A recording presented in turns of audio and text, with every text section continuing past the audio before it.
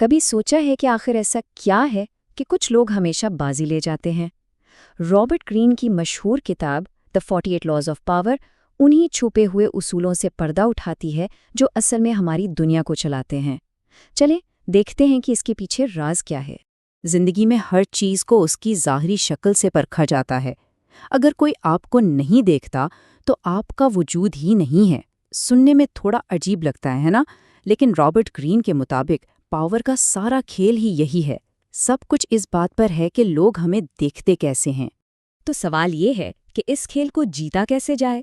دیکھیے، سب کچھ شروع ہوتا ہے اپنی امیج کو کنٹرول کرنے سے۔ یہ کہ دنیا آپ کو کس نظر سے دیکھتی ہے۔ طاقت کی طرف پہلا قدم یہی ہے۔ تو پہلا قانون، کبھی اپنے ماسٹر سے آگے مت بڑھو۔ اپنے باس یا سینئر کو یہ محسوس کرانا کہ آپ ان سے بہتر ہیں، سمجھ لیں کریئر تباہ کرنے کے برابر ہے۔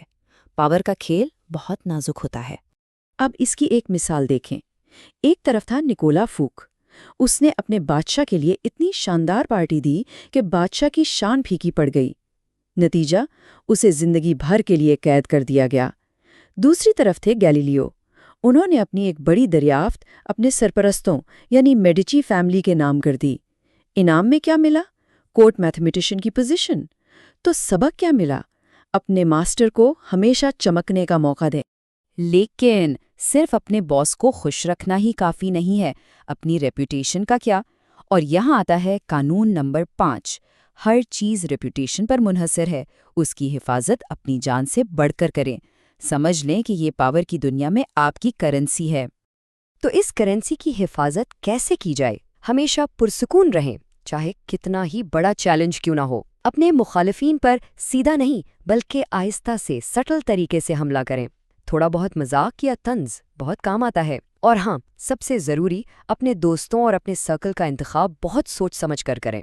ٹھیک ہے، تو اب تک ہم نے ڈیفنس سیکھ لیا، اب باری ہے آفنس کی، کیونکہ پاور صرف خود کو بچانے کا نام نہیں ہے بلکہ پورے گیم بورڈ کو کنٹرول کرنے کا نام ہے۔ کبھی غور کیا ہے کہ جب کوئی فیصلہ لینے میں ہچکچاتا ہے تو وہ کمزور کیوں لگتا ہے؟ بس یہی وجہ ہے کہ قانون نمبر 28 اتنا اہم ہے۔ جب بھی ایکشن لیں، پورے بولڈنس کے ساتھ لیں۔ ہمت اور جرت ہمیشہ عزت دلواتی ہے۔ ہرنان کوچیز کی کہانی اس کی بہترین مثال ہے۔ وہ میکسیکو پہنچا، اس کے پاس چند سپاہی تھے اور سامنے تھی پوری ایزٹیک ایمپائر۔ اس نے کیا کیا؟ ایک ایسا فیصلہ جس نے تاریخ بدل دی۔ اس نے اپنے ہی جہاز جلا دیے۔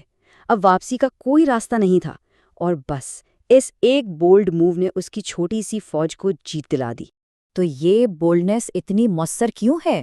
دیکھیے، بولڈ جھوک پر لوگ زیادہ یقین کرتے ہیں۔ بولڈنس سامنے والے کے دل میں خوف پیدا کرتی ہے، اور خوف سے اتھارٹی بنتی ہے۔ جب آپ ہچکچاتے ہیں تو آپ اپنے دشمنوں کو موقع دیتے ہیں۔ جرت آپ کو بھیڑ سے الگ کرتی ہے۔ لیکن ہمیشہ صرف بولڈ ہونا کافی نہیں۔ سوچیں، اگر آپ کے دشمن کو پہلے سے ہی پتا ہو کہ آپ کا اگلا قدم کیا ہے۔ اسی لیے قانون نمبر 3 بہت ضروری ہے۔ اپنے ارادوں کو ہمیشہ چھپا کر رکھیں، انہیں اندھیرے میں رکھیں، اندازہ لگاتے رہنے دیں۔ مس ڈائریکشن کی اس آرٹ کا ماسٹر تھا آٹو وان بسمارک۔ سب کے سامنے وہ کہتا تھا کہ آسٹریا کے ساتھ جنگ نہیں ہونی چاہیے، لیکن پردے کے پیچھے وہ چپ چاپ پرشیا کی فوج کو مضبوط کر رہا تھا۔ اور پھر جب وہ تیار تھا، اس نے اچانک حملہ کر دیا۔ آسٹریا بالکل تیار نہیں تھا، اور اسی طرح بسمارک نے جرمنی کو ایک کر دیا۔ اب ہم پہنچتے ہیں پاور کی سب سے اونچی، سب سے ایڈوانس سطح پر، پاور کی حتمی شکل۔ یہ لیول ہے ناقابل گرفت بننے کا، ایسا بننے کا جسے کوئی پکڑ نہ سکے۔ اور یہ ہے قانون نمبر 48۔ بے شکلی اختیار کریں، یعنی کوئی ایک شکل اختیار نہ کریں۔ پانی کی طرح بن جائیں۔ اگر آپ کا پلان ایک پتھر کی طرح سخت ہے تو اسے توڑنا آسان ہے، لیکن اگر آپ پانی کی طرح ہیں تو آپ پر حملہ کرنا ناممکن ہو جاتا ہے۔ کیونکہ جو چیز سخت ہوتی ہے وہ ٹوٹ جاتی ہے، جو چیز لچکدار ہوتی ہے وہ بچ جاتی ہے۔ دھوئیں یا بھاپ کی طرح بنے جسے کوئی پکڑ نہیں سکتا۔ اسٹیبلٹی ایک دھوکہ ہے۔ اس دنیا کے افراتفری کو قبول کریں اور اس کے ساتھ بہتے جائیں۔